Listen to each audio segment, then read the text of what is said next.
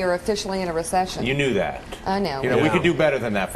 In the category of news, okay. that doesn't really qualify as news. How many times on this show that people who seem to know kept saying it just feels like one? We're really not going into a recession. And it is one. Okay, let me ask you something. If I get a heroin analogy, should I take it to Dylan or Willie? No, I like this analogy. Yeah, that would be a shared evening, I think. All right, why aren't they sitting together? Guys, all of my heroin addict friends from Congress tell me that you've got two choices. Yeah. You can keep shooting the heroin. Yep. That would be your credit. More action as the slump drags on. Evidence of deep recession mounts. Oy. It's getting ugly out there. Let's look at some consumer confidence numbers from Consumer Reports here. This is government and the crisis. 56% believe the government has not done enough for citizens.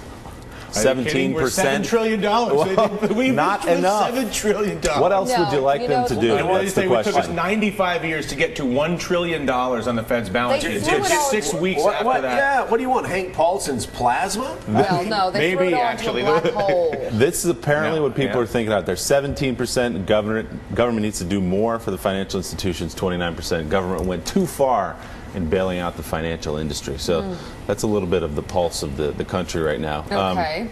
Let's go forward to President Bush talking about this. Wait, can I ask a question? Yeah. Okay.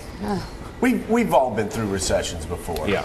The recession in 81, 82, that was a bad recession. 16 months. Bad. 16 months. People didn't go out shopping like they're shopping now. This is going to make that look like 73, 74. That was a recession. That was a tough recession.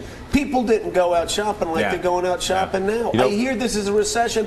Why haven't Americans Well, it's actually sales were up by, I think, 7%. Sales were up. Profits were non-existent. Well, that's because in other words, we basically created a transaction event with little or no profitability on Friday. Peggy Noonan, who will be on the show later, wrote a column over the weekend saying exactly what you're saying. What does a recession look like? If this is a recession, why are people out shopping?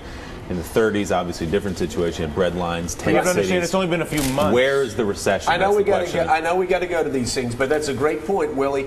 In the 1930s, we had bread lines. In 2008, we have iPhone lines. Yeah. Yes. People still buying. Yes, because they use That's their pretty good credit turn of cards. phrase right there. That's a great turn of phrase. I'm telling you. It's good rhetoric. It's good rhetoric. Let's listen to President Bush talking yesterday on ABC, and he was asked if he feels responsible as president for what's happening. Do you feel in any way responsible for what's happening?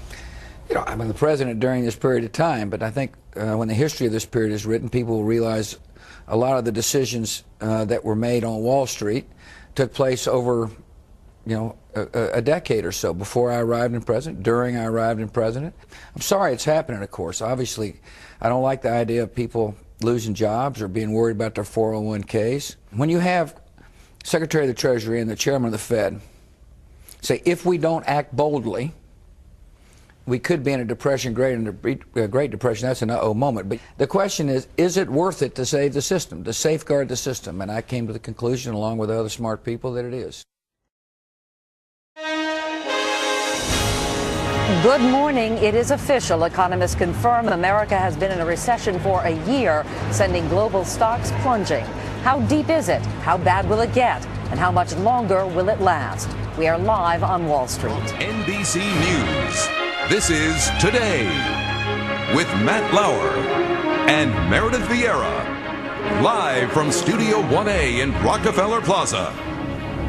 And welcome to Today on this Tuesday morning. I'm Meredith Vieira on the floor of the New York Stock Exchange, where investors nervously awaiting the start of trading. Good morning to you, Matt. Hey, Meredith, good morning to you. I'm sure there are a lot of people watching right now saying, I kind of knew this. It didn't come as a big surprise that the country's in a recession, but now the panel that monitors the U.S. business cycle has confirmed it. We're in the midst of one of the longest recessions this country has seen. That's right, Matt, and the news is having an immediate impact. The Dow plunged 679 points on Monday, erasing most of last week's gains, and overnight, Japan's Nikkei fell more than 6%. Things are so volatile right now. One of the market's biggest fans, CNBC's Jim Cramer, is telling people not to put too much faith in stocks. So what is an investor to do? We're going to have his advice in just a moment, Matt. The country's longest recession in more than 2 decades. Jim Cramer is the host of Mad Money on CNBC. Jim, good morning to you. Good morning. Well, now we know what we have probably feared for a long time, felt for a long time. We're in a recession, and it started last December. First of all, are you surprised that it's been going on for so long? No, we have had unemployment problems now for more than a year, housing for more than a year and a half, plummeting. These are what's behind it. So what took so long to put that label on it? Well, there historically, when this group of wise people meet, they are always late. So I think people do say, duh. At the same time, it has been going on a little bit longer than we like, and it will probably continue longer than we'd like. Well, some experts are predicting that this could be the longest recession since World War II. I'm reluctant to start talking like that. I've adopted a just the facts man approach, kind of a little bit more of a dragnet approach, so to speak, because when we give those characterizations, what happened is we can affect things.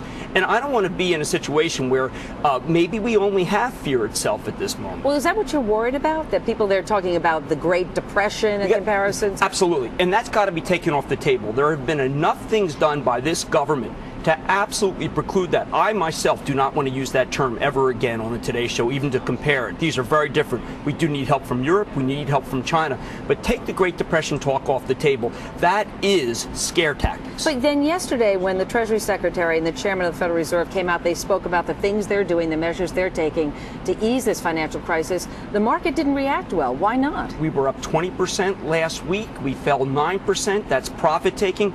It's one of the reasons why I don't encourage people to go into the stock market now. A stock market that can improve 20% and then decline 9% in a couple of days is not for mom and pop. And that's why I've been adamant that this market is broken. So what does an investor do at this point? Sideline, still right. CDs. I never thought I'd be recommending a CD on TV. I mean, I'm a stock guy for 29 years, but I think caution's still warranted. I think we can still go lower. Stocks with good dividends begin to make sense here. When you look long range, Jim, what do you see? Long range, I think we're in for a tough haul. I do not believe that we are in for a precipitous decline. Remember, we have had declines of unemployment 33% in this country in the 30s. We're flirting with 7-8%. That's why it's important to keep a little calmer head. And are you impressed by Barack Obama's team in terms of dealing with this problem? I think that this is one of the reasons why I've grown more optimistic as others have grown more pessimistic. I was very in the forefront of ranting about how bad things are. This new team seems to really get it. I have faith and optimism, and I'm taking a honeymooner approach. And Federal Reserve lower interest rates in the next 2 weeks? They have to lower rates because mortgage rates haven't come down enough, and they can impact mortgage rates. All right, Jim Cramer, thanks as always.